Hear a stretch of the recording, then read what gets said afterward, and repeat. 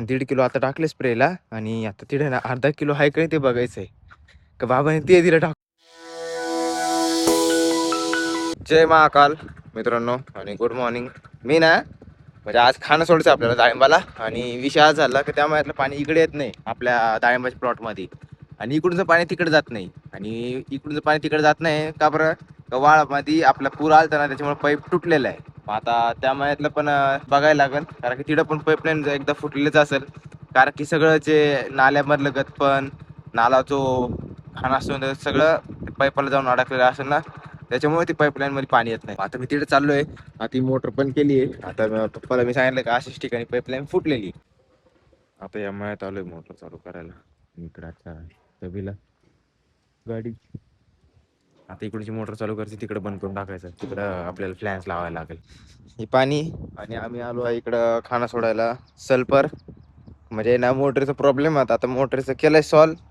आता ट्रॅक्टर इकडे लावलेला होता टाकी फुल करून आलो आम्ही म्हणजे जेवण करून आलोय. पप्पा गेले पावडर आणायला तर मी इकडं खाणं सोडून घेतो.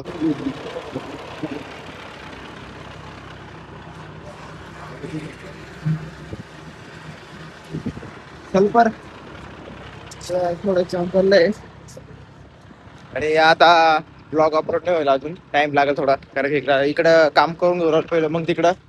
आता मस्त भारी साईज आणि कलर एकदम भारी आलाय कारण की कलर साठी आम्ही खूप मेहनत केली आहे आणि खरडा कमी आहे पण थोडं 100+ जास्त आहे 100-150+ जास्त आहे आणि हा बहुतेक तेच जास्त आहे कारण की इकडे त्याच्यावरून समजत आहे आता 150च्या आसपास आहे 100च्या आसपास आहे हे 125च्या आसपास आहे.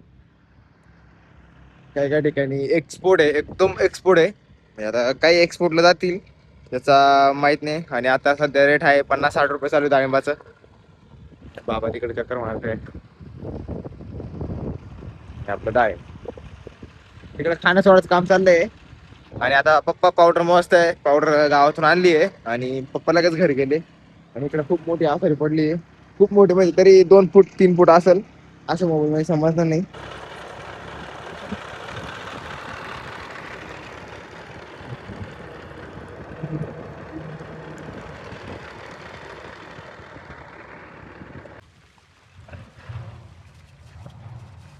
फुलं जर सेट नसल्या का लय डोक्याला ताण राहतो ते हवा असली का आखीन डोक्याला ताण. आता एवढं आम्ही दोघांनी बोलले खाली पप्पाचे बाबा निघाले मी निघाले का बडो. आता त्यांचं बघाय चाललंय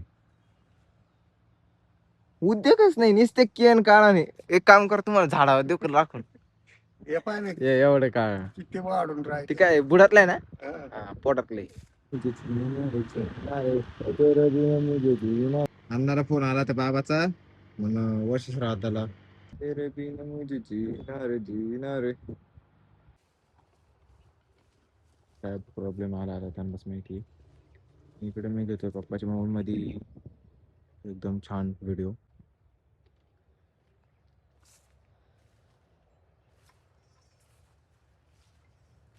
मी ना आता इकडे चालू पावडर इकडे आणि विषय झाला पप्पानी याचं सल्फरचं आहे ना दुसरे म्हणजे ते 2 पुढे आणले ते ते एक 1 किलोचं आहे आणि एक अर्धा किलोचं आहे म्हणजे पप्पानी घरून मोजून आणलं होतं आणि 1-1 किलो ना परत वेगळे वेगळे करून आणले म्हणजे अर्धा किलोचे 2 करून आणले आणि 1.5 किलो आता टाकले स्प्रेला आणि आता तिथे ना अर्धा किलो आहे का ते बघायचंय का बाबाने ते दिलं टाकून ते बघायचं. आता आता मी आलोय बाबांना म्हणतो थांबा तुम्ही तिथंच. बाबा म्हणते पिशूमध्ये काही पुढं नाही तेच बघायला नाही तर मग काय नाक तिथे जास्त व्हायचं. मागच्या वेळेस असंच केलं होतं बाबांनी. हे बा त्याच्यामध्ये 2 पुढे आहे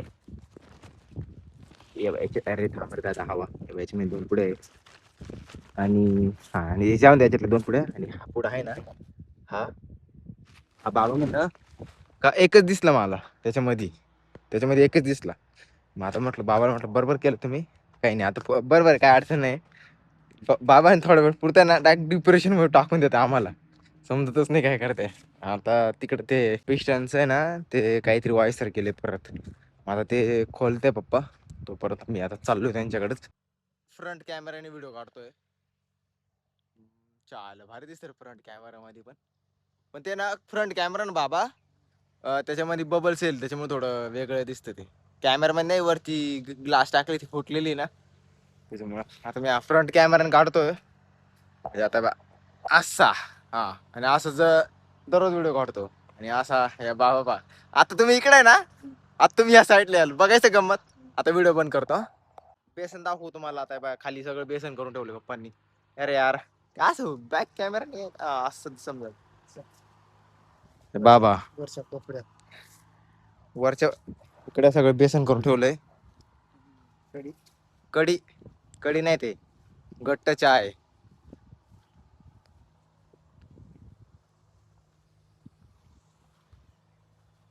तुझे मुझे जीना रे अरे वा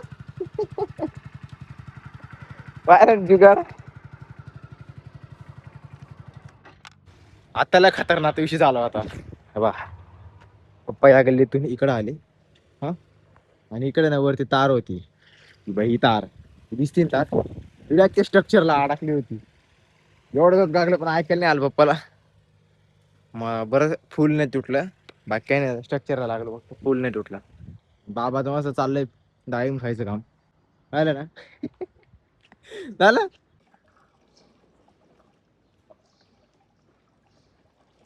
इकडूनच्या मळ्यात आलोय इकडे आपली विहीर आहे ना तिकडं ग्रामोजन मारायचं आहे आता इकडे भर राहिलो अर्धा शिकर बाबा भरताय तिकडं किती भरला तुम्ही 100 घेतलं अर्धा शिकरला 100 घेतलं 80 का बरं ठीक आहे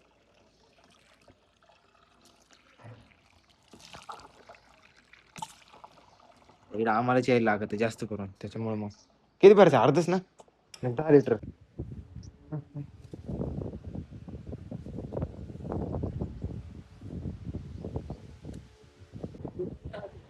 एवढा धाकधूक धामणे आव पाय दिला असता मी आता पाय दिला असता मी पिवळी बर का पिवळी पिवळी काय माहिती एवढी मोठी धामणी तेव्हा वाचलो थोडं पाय दिला माहिती का एवढी जर दगदग चालू आहे मग या इकडे पाय इकडे जातो असं इकडे धामण होती त्याच्यावर पाय द्यायला थोडं वाचलं नाही तर 100% ते आज माझं तिकीट असतं म्हणजे धामणचं काही नाही नागोबाला डेंजर असतो धामणीचं काही नाही एवढं विशेष धामण विषय नाही राहत पण त्याची शेपुट जर लागली तर म्हणताय कोणी काय होतं काही नाही होत लक्ष देतो आता पायाचं कापड चालू माहिती का असं हे बघा इकडं टाकीपासून माझी होती आणि पुढे गेली ते समजले नंतर तेच खाली गेली कुठेतरी इकडे बाकी ग्रामोजन त्यासाठी ग्रामोजन मारायला आलो आम्ही इकडं दाखडा उकडून बेकार कापरावर राहिले हे पा त्या धामणीला उठून देऊ राहील तू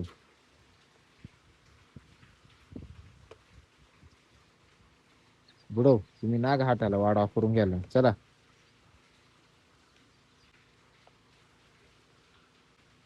करा मोटर पण जा तुम्ही ते सापाच्या बिळामध्ये बांबू घालते वा तो काय एका जागे थांबणार आहे का आता त्यामुळे तू डाक इकडे आलो मामाकडं आणि मेथी घ्यायला मेथीची भाजी बाबांनी आता फ्रंट कॅमेरा व्हिडिओ घेतोय म्हणजे रेकॉर्ड करतोय ते केस सेट करतोय म्हटलं चला व्हिडिओच घेऊ आपण डोक्याला सेट करतोय मामाच्या प्लॉट मध्ये आलतो इकडं पिशवंतबाई उपटलेली आता चाललेलो आम्ही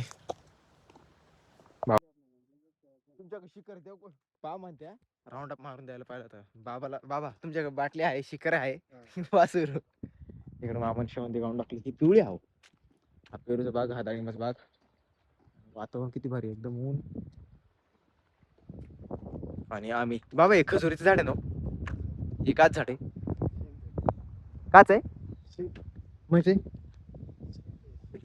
मला ते खजुरीचं वाटतं आंबे सीताफळ रामफळ सीताफळ नाही रामफळ आहे का सीताफळ आहे रामफळ ना बरोबर पेरू किती आले बघा ना त्याला अनलिमिटेड पाणी भेटत त्याच्यामुळे पेरू आले